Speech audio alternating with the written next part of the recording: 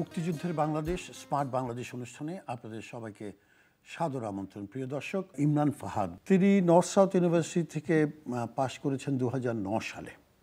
তারপর তিনি মার্কিন যুক্তরাষ্ট্র গেছেন, সেখানে পড়ালেখা করেছেন, কিন্তু তার মনের মধ্যে সবসময় ছিল যে তিনি একসময় দেশের জন্য কাজ করবেন। সেই অনুযায়ী তিনি ইন্সপায়ারিং বাংলাদেশ লিমিটেড করেছেন।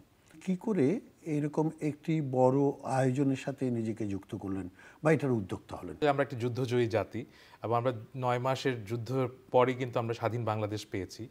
ওই অনুপ্রেরণা থেকে কিন্তু আমাদের ইন্সপায়ারিং বাংলাদেশের যাত্রা শুরু। আমাদের মূল লক্ষ্য হচ্ছে যেন আমরা একটা self sustain business model create করতে পারি, যেটার উপর ভিত্তি করে আমরা এখন পর্যন্ত দাঁড়িয়ে আছি। আমাদের কো-ফাউন্ডার একজন নারী, যে আমাদের সাথে কো-ফাউন্ড করেছেন, আমাদের চেয়ারম্যান। সো আমাদের নারী উদ্যোক্তা এবং নারী যে আমাদের মেম্বার্স, তাদের সংখ্যাও কিন্তু 25%। জেনে খুশি হবেন, আরেকটা সিম্পল আমি যদি একটা তথ্য দিই, কিছুদিন আগে আমরা একটা রান করেছি হাতির ঝিলে, ইন্ডিপেন্ডেন্স রান, যেটাতে আমাদের 35%-এর উপর নারী পার্টিসিপেন্টস ছিল। এবং এই জিনিসটা কিন্তু আমাদেরকে চরমভাবে অনুপ্রাণিত করেছে, যেন তারা প্রতিনিয়ত আমাদের সাথে যুক্ত হয় এবং যুক্ততার মাধ্যমে আমাদের যে এই পজিটিভিটি বা ইন্সপায়ারেশন, এটা যেন ছড়িয়ে দিতে। মেন্টাল হেলথের প্রয়োজনীয়তা এখন খুব ইম্পর্টেন্ট।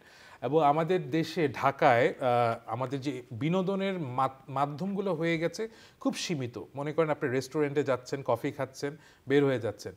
আমরা যে জিনিসটা করি, সবাইকে একটা উপলক্ষ ক্রিয়েট করে দিই, একটা জায়গায় মিলিতভাবে একটা জিনিস সেলিব্রেট করার জন্য।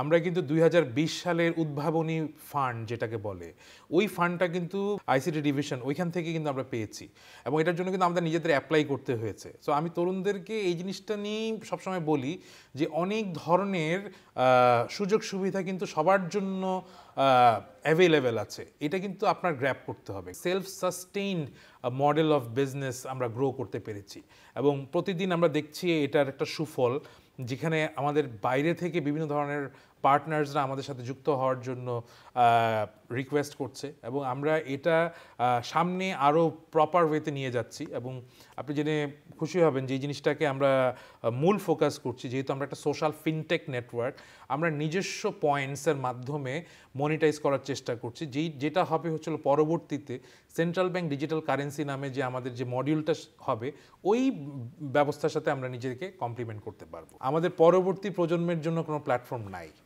এই প্ল্যাটফর্মটা হচ্ছে বাংলাদেশের পক্ষে, স্বাধীনতার পক্ষে এবং তরুণ সমাজ যারা পরবর্তীতে স্মার্ট বাংলাদেশ বিনির্মাণের ক্ষেত্রে নেতৃত্ব দিবে, তাদের জন্য এটা একটা প্ল্যাটফর্ম।